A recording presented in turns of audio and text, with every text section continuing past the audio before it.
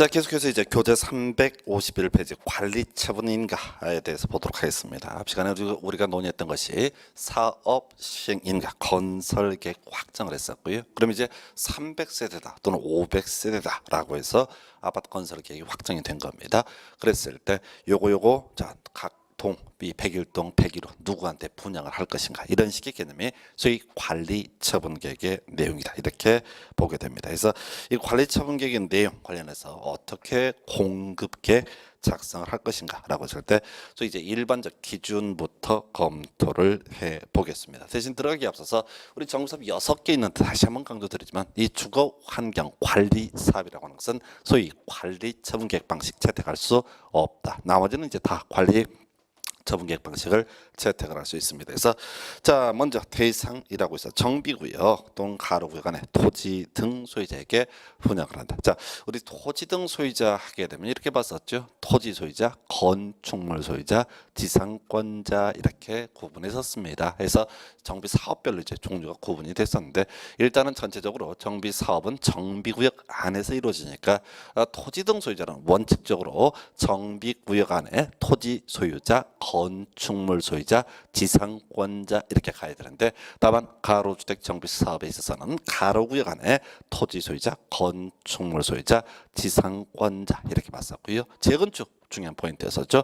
재건축에서는 상당히 길게 표현을 하고 있는데 핵심은 지상권자라고 하는 것은 바로 토지 등 소유자의 범죄에 포함되지 않는다라고 하는 게 논의 포인트였습니다. 그래서 결과적으로 주로 재개발 등을 갖고 이제 지문 구성을 하게 되는데 지상권자는요 아예 분양 대상에서 제외되게 된다. 같이 묶어서 볼 만한 것이 앞에서 우리가 토지 등 소유자의 머릿수를 산정함에 있어서 한 사람이 다수의 필지 다수의 건축물을 갖고 있어도 한 사람으로 본다라든가 혹은 여러 사람이 하나의 필지를 공유하고 있다, 하나의 건축물을 공유하고 있다라고 했을 때도 한 사람으로 본다. 이런 내용들이 하면서 했던 얘기가 토지 지상권이 설정이 돼 있다라고 했을 때 대표는 한 사람을 토지 등 소유자로 본다 이렇게 이제 공부했단 말이에요.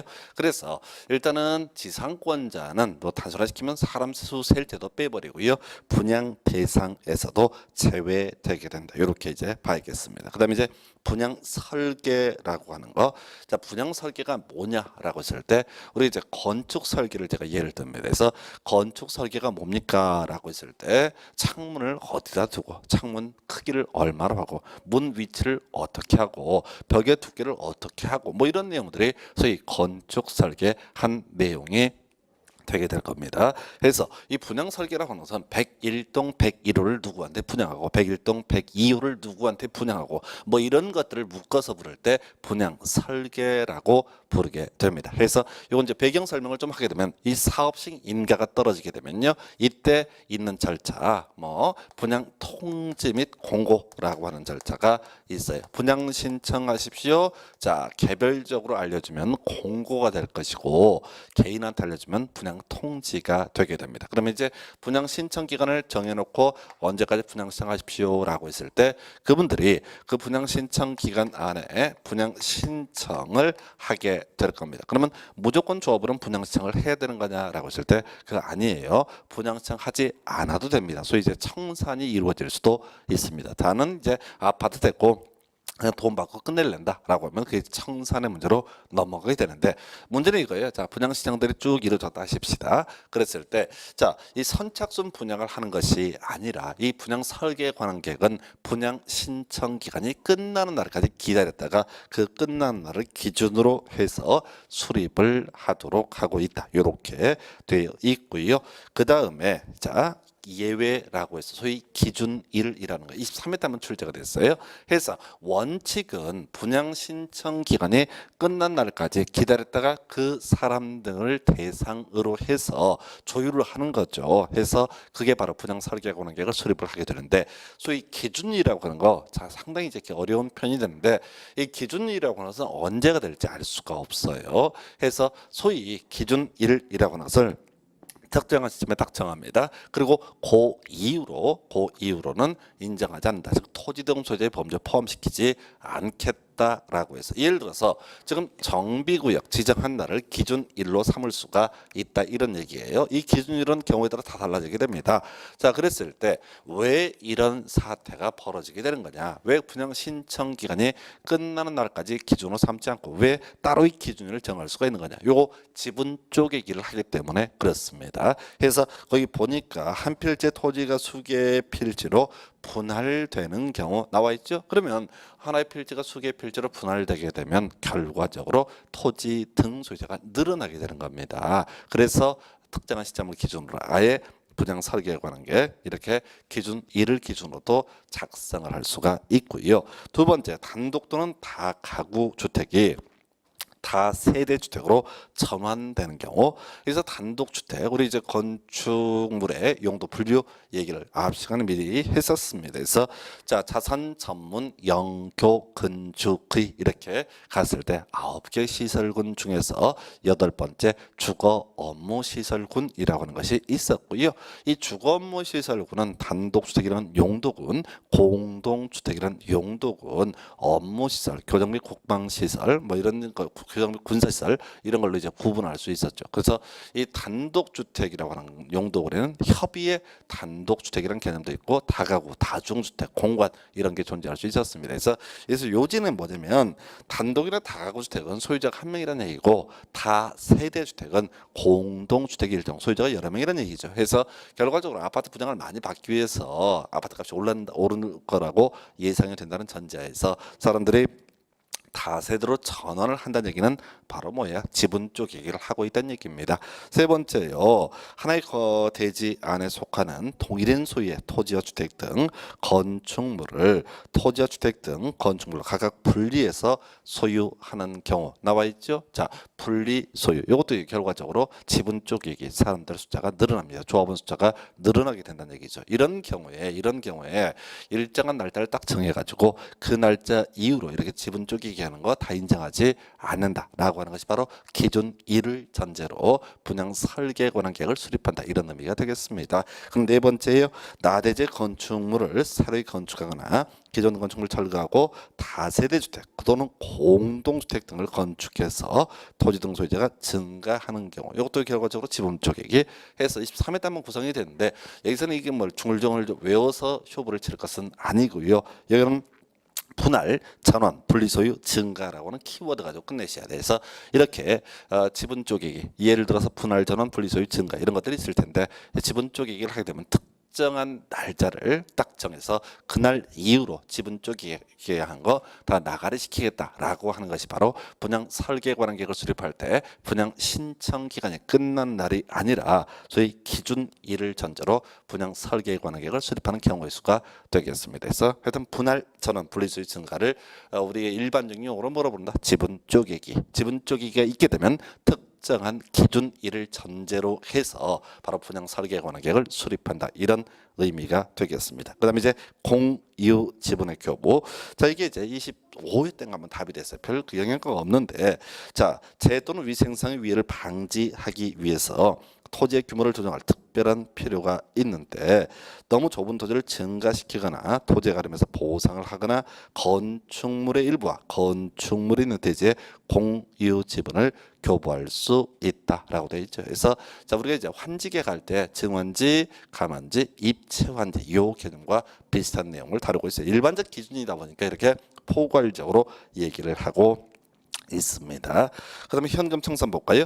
자, 아까 우리 이런 얘기 있었죠. 자, 사업시행 인가 떨어지게 되면 분양 통지 및 공고 있고 분양 신청 받는다. 이 분양 신청의 결과를 기준으로 해서 소위 관리처분 계획을 작성한다. 분양 설계에 관한 계획을 수립을 한다. 이렇게 설명을 했었습니다. 예, 그런데 자, 분양 신청 안 하고 청산 받는 것도 하나의 방법이 된다라고 했었고요. 자, 이 케이스는 뭐냐면 분양 신청을 했습니다. 자, 그런데 지분이 너무 작다, 너무 좁은 토지 건축물이다라고 하게 되면 꼭 아파트를 줘야 되는 것이 아니라 현금으로 청산할 수 있다 이런 내용이고 하나 더요. 정비구역 지정 후 분할된 토지를 취득한 자 이런 것도 나와 있네요. 정비구역 지정 후 분할된 토지를 취득한 자도 바로 현금으로 청산할 수 있다라고 이렇게 되어 있습니다. 그래서 이 정비구역 지정 후, 자 우리가 정비구역 지정에 따라 법적 효과 중에 바로 개발 행위허가 앞에 공부하셨어요. 그래서 반드시 허가를 받아야 됐던 것이 건축물의 건축, 토지 분할, 경작지에서 관상용 종목의 임시 식재, 그리고 허가 받은 상의 변경, 이런 것들은 허가를 받아야 된다. 이렇게 이제 공부를 하셨고요. 해서 정비구역 지정 후에 어떤 토지를 분할을 했다, 그걸 취득을 한 사람이다라고 하면 이거는 지분 쪽에 계신 사람이기 때문에 이든 경우에 따라서 무조건 현금 청산을 해야 된다 이런 얘기는 아니고, 그런 사람이 많게 되면 현금으로 청산할 수 있다라고 되어 있고요. 자, 이 영역에서 가장 통계적으로 한 10년 정도 역사를 봤을 때 가장 많은 답을 뽑는 것은 공급 가능 주택 수가 되겠습니다. 그래서 자, 일단 원칙부터 말씀을 드리게 되면 한 채 주는 겁니다. 한 채를 공급을 하게 된다. 이게 기본 축이에요. 해서 자, 그게 이제 예외 항목 2개, 3주택 이하고 보유 주택 수, 요게 이제 논의의 포인트가 되게 되는데, 자 3주택 이하의 과밀 억제 권역에서 투기 과열 지구에 위치하지 아니하는 재건축 사업의 토지 등 소유자에게는 소유한 3주택까지 공급할 수 있고요. 그다음에 소유한 주택 수만큼 공급할 수 있는 케이스, 과밀 억제 권역에 위치하지 아니하는 재건축 사업의 토지 등 소유자, 이런 표현을 쓰고 있어요. 그래서 일단 나머지 그 근로자 숙소, 국가지자체 등 큰 쟁점은 아니고요. 개념을 좀 설명드리면 보유 주택 수만큼 또는 소유 주택 수만큼 공급할 수 있는 케이스에서 근로자 숙소, 국가지자체 주공 등 뭐 이런 것들은 공적인 투기 목적이 아니라고 보기 때문에 소유한 주택 수만큼 공급할 수 있다, 이런 내용이고요. 그리고 이제 비교해 볼까요? 자, 과밀 억제 권역의 개념부터 이제 가야 되는데, 우리가 서울, 경기, 인천을 묶어서 수도권이라고 부르게 됩니다. 해서 이 수도권, 서울, 경기, 인천을 묶게 되면 수도권인데, 사실 이 수도권은 다시 세 개 권역으로 구분이 되게 됩니다. 해서 그 중에 하나가 과밀 억제 권역이 있고요. 그 중에 하나가 성장 관리 권역, 그리고 그 중에 하나가 자연 보전 권역, 이렇게 구분하게 돼요. 그래서 어차피 뭐 성장 관리 권역이나 자연 보전 권역에 대해서는 아예 지문 자체 구성이 안 되니까 그런 게 있다고 생각하시면 돼요. 예를 들어서 서울시 같은 경우 대부분이 어디에 속하냐면 바로 과밀 억제 권역에 속합니다. 성남시도 사람 바글바글한 데 있잖아요. 예, 과밀 억제 권역에 속합니다. 고양시인데, 그래서 우리가 동네에 사람들이 좀 많이 모여 사는 대도시 같은 그런 느낌을 주는 지역은 과밀 억제 권역이 될 것이고, 돈 좀 되는 동네다, 이렇게 해석할 수 있겠습니다. 한편 성장 관리 권역, 수도권 중에서 공장 밀집지대, 뭐 인천 지역에서도 뭐 남동공단 하게 되면 그 지역도 소위 성장 관리 권역이 될 것이고, 안산시 같은 경우 상당수 공장들이 밀집되어 있거든요. 그 공장들이 밀집된 지역을 가리켜서 성장 관리 권역이라고 부르게 됩니다. 그리고 자연 보전 권역이라고 하는 것은 양평 같은 경우, 경기도 양평, 그 양술이 있고 뭐 한강 있고 이런 데 있지 않습니까? 이런 데를 자연 보전 권역이라고 부르게 됩니다. 그래서 일단은 논의 포인트, 과밀 억제 권역하게 되면 사람들 바글바글한 동네, 이런 뉘앙스를 가지고 접근해야 돼요. 그래서 자, 과밀 억제 권역에서 투기 과열 지구가 아닌 지역의 재건축, 이런 표현 나와 있죠. 예, 좀 쉽게 생각하면 서울, 강남 재건축을 생각하면 좋겠습니다. 그래서 자, 일단 서울, 강남은요 과밀 억제 권역이고요. 예, 그리고 비투기 과열 지구입니다. 자, 우리나라에 지금 이명박 정부 중간부터 아마 이게 바뀌었는데 투기 과열 지구 단 한 건도 지정된 사례가 없습니다. 뭐 상식적으로 좀 알아두시면 좋을 것 같고, 그래서 과밀 억제 권역이 비투기 과열 지구다. 그러면 이때 재건축할 때 자, 최대 3채까지 주택을 공급할 수 있다, 이렇게 이제 기억하셔야겠고, 그다음에 이제 그 보유 주택 수만큼 또는 소유 주택 수만큼 공급할 수 있는 케이스 중에 하나가 과밀 억제 권역에 위치하지 아니하는 재건축 사업의 토지 등 소유자, 이런 표현 써 있어요. 그러면 이건 안산시 같은 걸 생각하면 성장 관리 권역이나 자연 보전 권역의 재건축을 얘기합니다. 이런 거 큰 돈 안 된다고 보기 때문에 여기서는 소유한 주택 수만큼 공급할 수 있다, 이렇게 지정됩니다. 그래서 강남 재건축 몇 채까지? 3채까지. 자, 안산시의 재건축 몇 채까지? 이때는 보유주택 수만큼 공급할 수 있다. 그리고 서울 강남을 뭐라 부른다? 과밀 억제 권역의 비투기 과일지구라고 해석을 해주시고, 그 다음에 경기도 안산시를 뭐라 부르자? 과밀 억제 권역 오해지역의 재건축, 이렇게 해석을 하시면 좋겠습니다. 그래서 그리고 이것을 제외하고 나머지 잘 모르면 무조건 몇 채까지 공급한다? 한 채만 공급한다. 이게 기본 구조가 되겠습니다. 자, 그런데 말이죠, 시험 지문에 답은 아니라고 할 때도 항상 나올 수 있는 지문 중에 하나가 개별 기준이에요. 지금 주로 이제 재개발 등은 따로 얘기할 필요가 없습니다. 주로 논의가 되는 게 재건축인데, 재개발 등은 기본적으로 한 채라고 생각하시면 좋아요. 그래서 자, 지금 재건축 사업이 문제가 되는데, 재건축 사업은요, 조합이 조합원 전원의 동의를 받아서 지금 우리가 앞에서 공부했던 이런 기준 외에 개별 기준을 따로 정한 경우 그에 따른다라고 이렇게 되어 있습니다. 그래서 이 지문은 뭐 답은 아니라도 항상 쉽게 구성하는 그런 지문 중에 하나가 되겠네요. 자, 이런 식의 내용이 소위 관리 처분 계획의 내용이 되겠습니다. 그래서 이런 식으로 해서 관리 처분 계획을 작성을 해서요, 확정 짓는 것을 가리켜서 관리 처분 인가라고 부르게 됩니다. 해서 역시 사업적 인가와 마찬가지로 바로 시장구직의 관리처분 인가를 받아야 할 것이고요. 역시 시험에 나오는 것은 변경 항목이죠. 한번 인가받은 이 관리처분 계획을 변경을 하고자 합니다.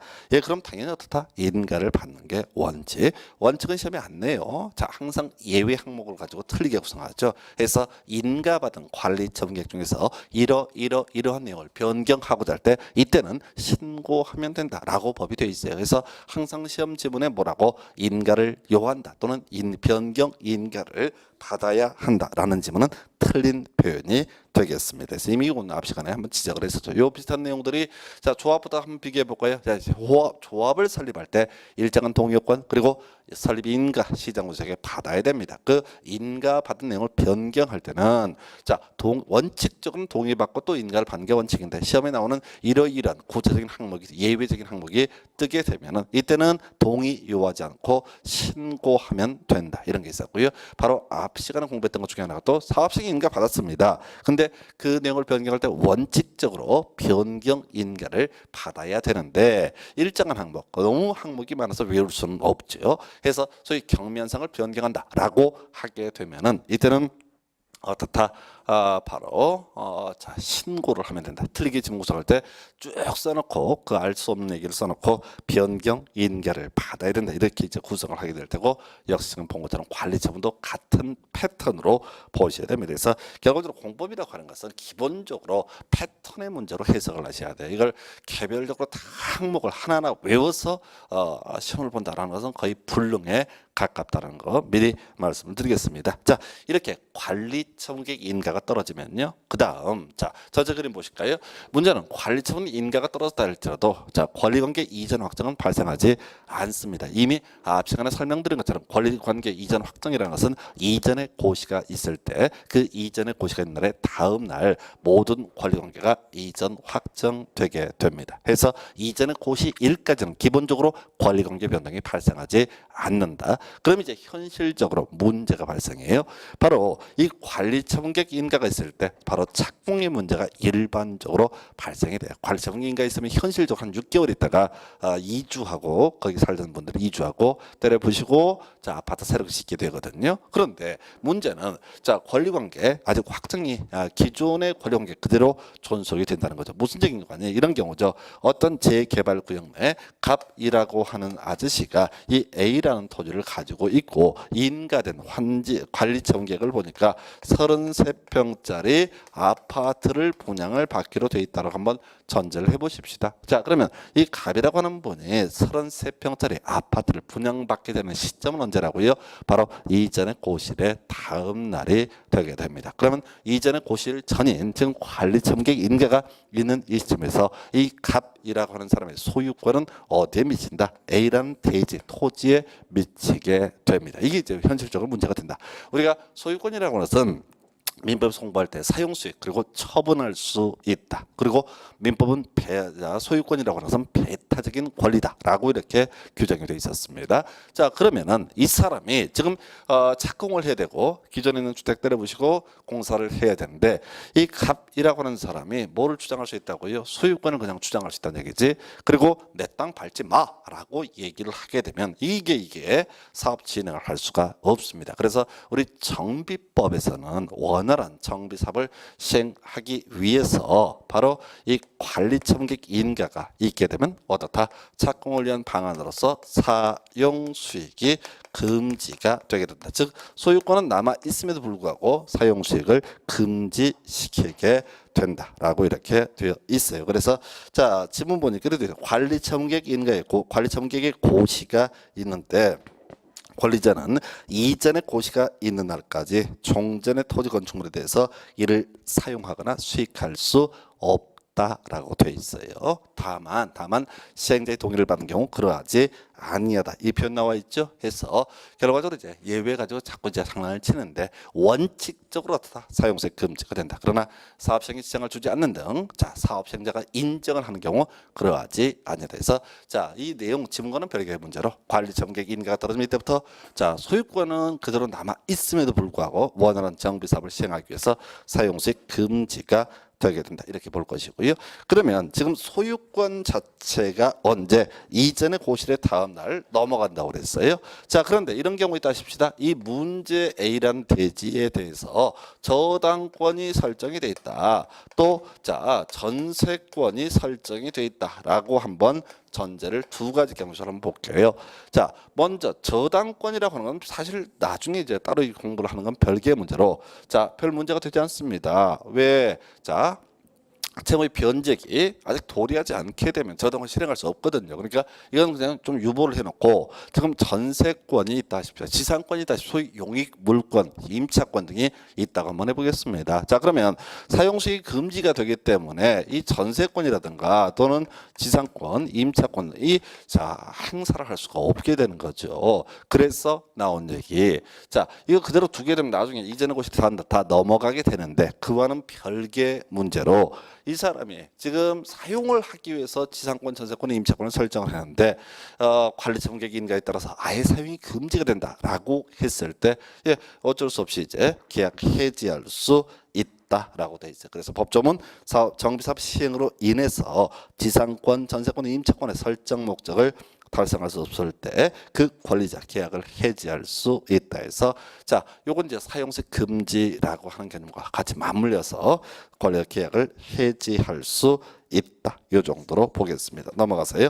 그다음 페이지 가서 이제 준공 인가 등 이제 살펴봐야 되겠습니다. 그래서 자 세월이 흘렀어요. 자 착공하고 나서 이제 어떻게 됐다?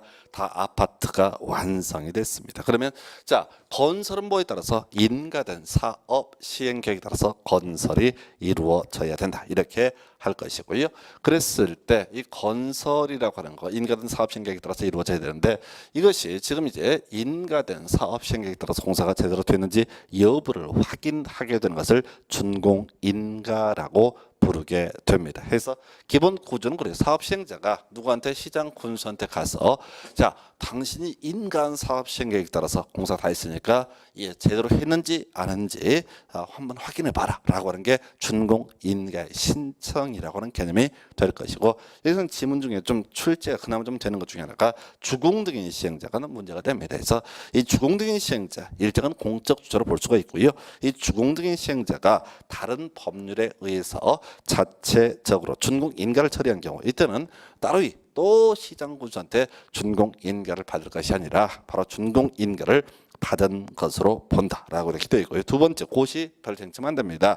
지금 시장 군수는 준공 검사 실시 결과 정비사업이 인가받은 사업 시행 계획대로 완료되었다고 인정되는데 준공 인가를 하고 그 내용을 지자체 공보에 고시해야 된다 해서 소위 이제 준공 인가가 있습니다. 그럼 이제 해석을 할 때 우리 도시개발법에서 그런 내용이 있었죠. 준공 검사가 있으면은 사용할 수 있다. 소유권을 취득하는 건 그다음 문제고 일단 사용은 할 수가 있다. 이렇게 가는 거예요. 그러면 정비법에 따르게 되면 표현이 똑같죠. 준공인가가 있으면 어떻다 사용할 수 있다. 소유권은 언제 취득한다고요? 이전의 고실의 다음 날 취득을 하는데 소유권 취득권은 별개의 문제로 일단 사용을 할 수가 있다. 이렇게 가는 거예요. 근데 시험에는 준공인가 있고 나서 사용할 수 있다. 이건 안 나와. 너무 간단하니까. 그래서 준공인가 전이라도 다 사용할 수 있다. 이게 핵심이죠. 우리가 이제 도시개발법상 준공검사 전이라도 사용할 수 있다. 원칙적으로 어떻게 해라? 허가를 받아서. 다만 채비지의 경우에는 허가 없이도 준공검사 전에 사업신재 목세 땅이니까 사용할 수 있다. 요걸 갖고 출제 포인트로 삼았었고요. 그래서 준공인가 전 사용이라고 하는 거 허가 필요라고 되어 있어요. 시장군수는 자신이 허가 분류부터 먼저 볼까요? 허가 필요부터 보겠습니다. 시장군수는 준공인가 전이라도 완공된 건축물이 사용의 지장이 없는 등 대통령령이 정하는 기준에 적합한 경우에 입주 예정자가 완공된 건축물을 사용할 것을 시행자에 대해서 허가할 수 있다. 라고 되어 있어서 결과적으로 뭐라고요? 준공인가 전이라도 허가를 받으면 어떻게 할 수 있다? 사용할 수 있다. 이게 일반적인 경우고요. 그 다음에 허가 분류. 이건 뭐냐면 사업시행자가 자기가 시장 군수인 경우입니다. 지금 허가를 누구한테 받냐면 시장 군수한테 받는다고 되어 있어요. 그래서 자 시장 군수는 자신이 사업시행자인 경우에는 허가를 받지 않고 입주 예정자가 완공된 건축물을 사용케 할 수 있다. 라고 되어 있습니다. 그래서 이건 뭐 바로 허가 필요 요 영역이 주된 논의 대상. 자, 근데 크게 보셔야 돼. 준공인가가 있으면 사용할 수 있다. 그러나 준공인가 전이라도 어떻다 사용할 수 있다. 요 정도까지 기억을 해 주실 것. 자, 이건 현실적인 부분 하나 설명을 드릴게요. 지금 우리가 정비 사업을 합니다. 재개발, 재건축 등을 하게 돼요. 자, 재개발, 재건축 등을 함에 있어서 자, 지금 누구한테 준공인가를 받아라? 시장 군수한테 준공인가를 받아라라고 이렇게 되어 있어요. 자, 그랬을 때 지금 이게 현실적으로 어렵습니다. 만약에 500세대의 아파트 단지라고 재건축 단지라고 또는 재개발 단지라고 한번 전제를 해볼게요. 자, 그럼 500세대다. 그러면 공무원들이요 공사 제대로 했나 안 했나? 각 집 문 다 닫고 들어가서 창문도 확인해보고 수돗물 잘 나오는지 수도꼭지가 2개 있어야 되는데 3개는 없는지 1개가 부족하진 않은지 또는 뭐가 이 타일 같은 게 깨지진 않은지 하나하나 다 확인을 한 다음에 공사 잘했네 라고 도장 찍어주는 게 소위 준공인가의 구조가 될 겁니다. 근데 현실적으로 불가능하죠. 공무원들이 그 뭐 한두 집도 아니고 다 나다닐 수 없습니다. 그래서 지금 준공인가 전 사용이라고 하는 거 준공인가 전 사용 허가받으면 어떻게 할 수 있다? 사용할 수 있다. 준공인가 전이라도 어떻게 할 수 있다? 바로 사용할 수 있다. 이게 이제 어떤 의미를 가지고 있냐면요. 재개발 재건축 아파트를 완성을 했습니다. 그러면 준공인가가 있어야지 사용할 수 있다라고 하는 게 법의 기본적인 구조예요. 그런데 준공인가 전이라도 사용할 수 있다. 어떤 식이냐? 자, 보통 재개발 조합에서 재건축 조합에서 자 주체가 돼서 집을 건설을 합니다. 그러면 보통 준공인가일이 예정이 돼 있어요. 그 예정일 보통 3개월 전까지 입주를 하라고 통지를 하게 됩니다. 그러면 그 조합원들이 막 정신없이 막 들어오면 그날 날짜 맞춰가지고 들어와요. 그리고 3개월 동안 그 뭐 수도꼭지 때문에 죽은 사람이 없다. 창문 때문에 큰 하자 뭐 떨어져 죽은 사람이 없다. 등등등 이런 문제가 있게 별 문제가 없게 되면은 그때 바로 시장 우수가 기계적으로 준공인가 처리를 하게 됩니다. 그래서 이 준공인가 전 사용이라고 하는 것은 뭐 법리적으로도 그렇고 현실적으로도 무조건 다 있는 개념이다. 다만 일반적으로 시장 우수가 시행자, 시장 군수가 시행자인 경우를 제외하고는 다 준공인가전을 위해서 준공인가전 사용을 위해서는 허가를 받아야 된다. 이런 식의 개념이 되겠습니다. 그래서 이렇게 해서 준공인가 있으면 원칙적으로 사용할 수 있지만 실질적인 권리관계 이전 확장 등기 받아오게 되는 것은 언제가 된다고요? 나중에 이전의 고실의 다음날.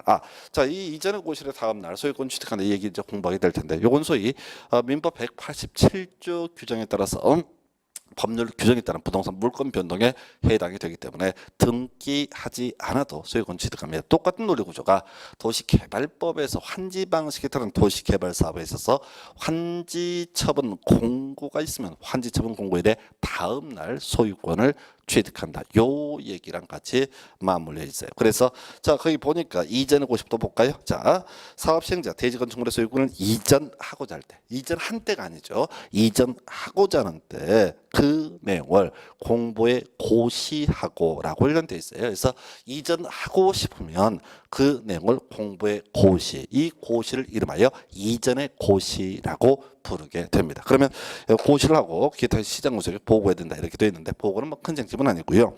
자 이렇게 이전의 고시가 있습니다. 그랬을 때 관리 변동 첫 번째 출제 포인트 바로 대지 또는 건축물을 분양받을 자 고시가 있는 날에 다음 날에 그 대지 또는 건축물의 소유권을 취득한다라고 되어 있습니다. 그래서 제일 간단한 건데요. 뭐 답까지는 안 뽑아요. 그래서 옳게 낼 수도 있고 틀릴 수도 있는데 틀리게 낼 수도 있는데 바로 고시가 있는 날에 다음 날에 소유권을 취득한다. 포인트는 다음 날이라고 하는 것이 될 것이고요. 두 번째 소유권 오해 권리라고 하는 것 있습니다. 지금 소유권은 언제 취득한다? 이전의 고시의 다음 날. 그럼 각종의 권리라고 하는 것도 이전의 고시의 다음 날 이전 설정되게 됩니다. 그래서 지금 이 문장 이제 소유권 외 권리에서 설정된 것으로 본다라는 표현 나와 있죠. 이걸 외우셔야 돼. 앞에 긴 얘기를 외울 필요가 없습니다. 외워봤자 외우지도 않고요. 해서 외울 게 뭐라고요? 설정된 것으로 본다. 개념을 설명드리겠습니다. 아까 이런 예를 들었었죠. 자, 갑이라고 하는 사람이 자 A라고 하는 대지를 가지고 있고 이 A라고 했던 대지에서 33평짜리 아파트로 옮겨가게 된다. 그러면 경우의 수를 따져봐야 되죠. 이 토지에는 자 1번 물권 지상권이 있고 또 뭐 전세권이 상관없는데 하여튼 지상권이 있고 저당권이 있다고 2번이 저당권이 설정이 돼 있다고 한번 전제를 해 보겠습니다. 자 우리 앞에서 자 관리처분 인가에 고시했으면 사용수익 금지의 문제가 발생을 했었고요. 지상권자 계약을 해지할 수 있다. 이런 공부하셨어. 근데 계약 해지 안 한 경우도 있을 수가 있겠죠. 뭐 했든 안 했든. 자, 아까는 한 경우는 그다음 문제고 안 할 수도 있다. 지금 현재 지금 이전의 고시가 이루어지게 되면 소유권 넘어가는 건 당연한 일이고 즉 가위라고 하는 사람의 소유권은 33평짜리 아파트로 옮겨가게 되는 것이고 지상권도 어떻게 돼? 만약에 계약 해지 안 했으면 아파트로 자, 그다음에 저당권도 옮겨가야 되는 그런 문제가 발생하죠. 모든 권리는 이제 이전의 고시를 다음 날 다 옮겨갑니다. 소유권의 관점에서는 이전의 고시를 다음 날 취득한다.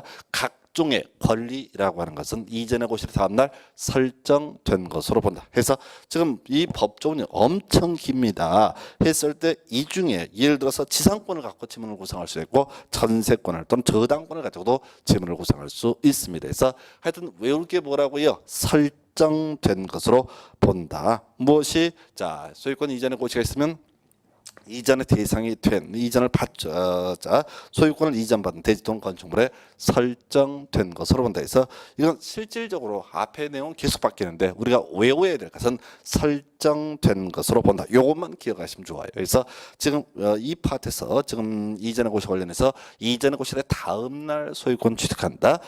소유권 외 권리도 같이 옮겨간다라고 하는 개념을 설정된 것으로 본다라고 이렇게 되어 있고요. 자 그리고 나서 이제 받았어요. 그러면 기존 지분 대비해서 많이 받는 분도 있고 적게 받는 분도 있겠죠. 바로 청산금의 문제가 발생되게 됩니다. 그래서 첫 번째 분할 징수, 분할 지급할 수 있다. 해서 그 앞에 보니까 관리처분객 인가가 있은 후부터 이전의 고시일까지 분할 징수, 분할 교부할 수 있다. 그럼 볼까요? 지금 이런 얘기입니다. 지금 원래는 모든 권리 관계 이전 확정은 언제 이전의 고시를 담다. 그럼 이때 바로 원칙적으로 무슨 문제? 청산의 문제가 발생되게 됩니다. 그러면 이전의 고시를 다음 날 되게 되면 이 동네 은행 창구는 아주 북새통이 될 겁니다. 난리가 날 거예요. 왜? 더 많이 분양을 받으신 분은 돈 토해내야 되고 그다음에 적게 자기 지분보다 적게 분양받으신 분은 청산금도 받아야 되니까 정신이 없어요. 하루 동안 다 이루어지기 너무 힘들어요. 그래서 어떻게 한다고요? 바로 관리처분 인가 고시가 있는 이 시점부터 언제까지 이전에 이 고시일까지 미리 땡겨서 받는 거 분할 징수가 되게 될 것이고 또 어떻다 받을 사람한테 미리 나눠주는 거 분할 지급할 수 있다라고 돼 있어요. 그래서 이것도 그래요. 시험 문제 구성할 때 겁나 길잖아요. 그랬을 때 이거를 갖고 그냥 분할 징수 분할 교부할 수 없다 이렇게 단순하게 구성을 합니다. 그래서 굳이 개념은 자 관리점 인가의 고시가 있는 때부터 이전의 고시 1까지 분할 징수 분할 교부할 수 있다. 요것도 자주 답을 보는 쟁점이고요. 그 다음에 징수 위탁 얘기 나와 있어요. 그래서 자, 요 얘기는 지금 10년, 15년 사이 세 문제가 총 구성이 되는데 여기서만 나왔다는 얘기는 아니고요. 공법에서 세 군데가 나옵니다. 어디서만 나왔느냐? 자, 도시개발법에서요. 자, 조합원의 권리, 면적에 관계없이 평등한 의결권을 갖게 된다라고 했었고 이에 등해서 조합원은 조합의 경비를 부담할 의무가 있다. 내지 않았을 때 바로 이 조합원 시군구청장한테 징수를 위탁할 수 있다. 수수료 4% 이런 개념이 있었고요. 또 도시개발법 환지처분 공고 있을 때 그때도 청산금의 문제가 발생을 하고요. 청산금 안 내는 사람들이 있다라고 하면 이때 바로 조합이 시행자가 누구한테 바로 시군구청장한테 징수를 위탁할 수 있고 그때 수수료 4% 그리고 마지막 정비법에서 자 지금 청산금의 문제가 발생합니다. 근데 내지 않는 사람이 있다. 그러면 시군구청장한테 징수를 위탁할 수 있고 수수료 4% 똑같은 구조예요. 그래서 수수료는 무조건 4% 이렇게 기억을 하셔야겠고 그 다음에 또 하나 답을 자주 뽑는 것 중에 하나가 저당권의 물상대위라고 해서 자 저당권을 행사할 수 있다. 이 얘기 나와 있죠. 설명드리겠습니다.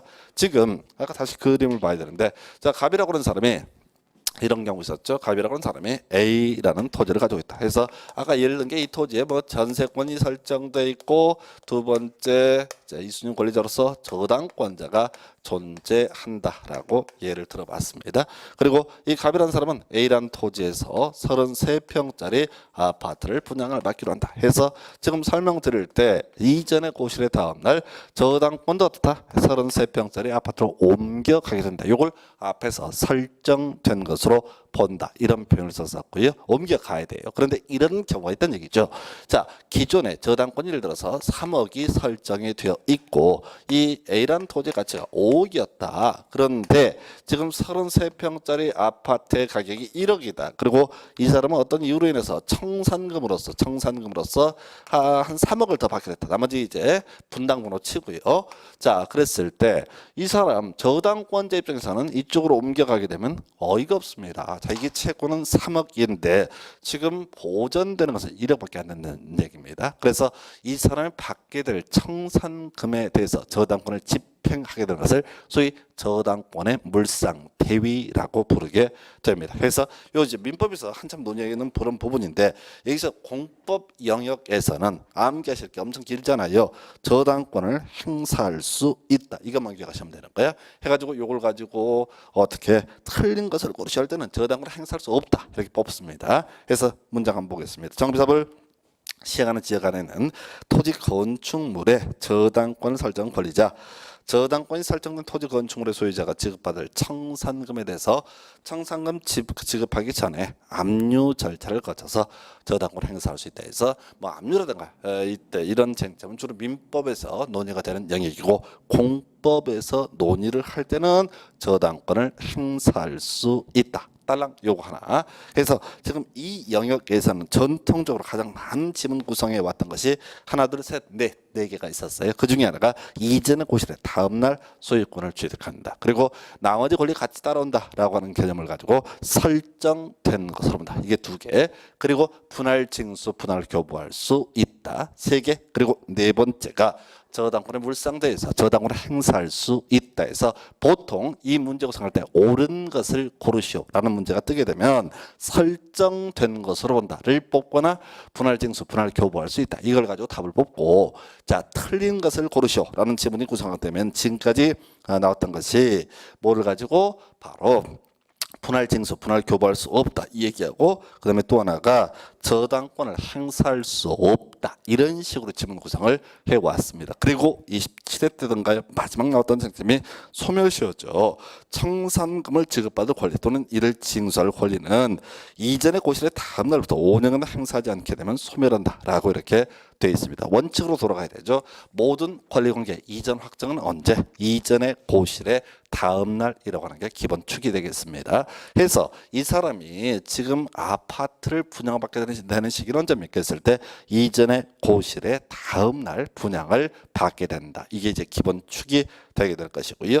자, 그러면 이제 청산금의 문제도 언제? 이전의 고실의 다음 날을 기준으로 문제가 되게 됩니다. 우리 자 같이 묶어서 이제 같이 기억할 것 중에 하나가 공법상 채권의 소멸시효라고 하는 것은 기본적으로 5년 이렇게 설명을 드렸습니다. 다만 앞에서 우리 도시개발법 할 때 도시개발채권 지방채 일종이 있었죠. 이 도시개발채권의 소멸시효는 원금 5년, 이자 2년 좀 특이한 것이 있는데 기본적으로 5년이라고 하는 게 기본 축이에요. 자, 그랬을 때 지금 보게 되면은 자 이걸 갖고 이전에 고시 1부터 5년간 일을 행사하지 않게 되면 소멸한다 해서 이 문제를 가지고 틀리게 최근에 출제가 됐습니다. 그래서 실질적인 모든 권리의 이전 확정이라고 하는 것은 이전의 고실의 다음 날이기 때문에 이전의 고실의 다음 날부터 5년간 행사하지 않게 되면 소멸한다 이렇게 기억을 하셔야겠습니다. 자 이렇게 해서 지금 이제 준공 인각 까지 개념을 설명을 드렸고요. 이전의 고시까지 묶어서 살펴봤습니다. 그래서 지금 인문 강의는 원래 이제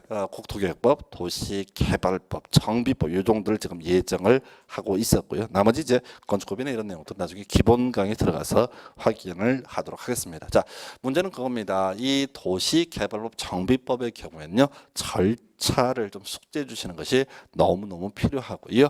그리고 나서 지금 국토계획법에서 용도 지역이라든가 건축물의 용도 분류라고 하는 것은 계속해서 반복을 해 주셔야지 잊어먹지 않습니다. 자, 이제 이렇게 해서 인문 강의 마치고요. 기본 강의 시간에 기본서를 통해서 나머지 내용들 확인해 가도록 하겠습니다. 자, 수고 많으셨습니다.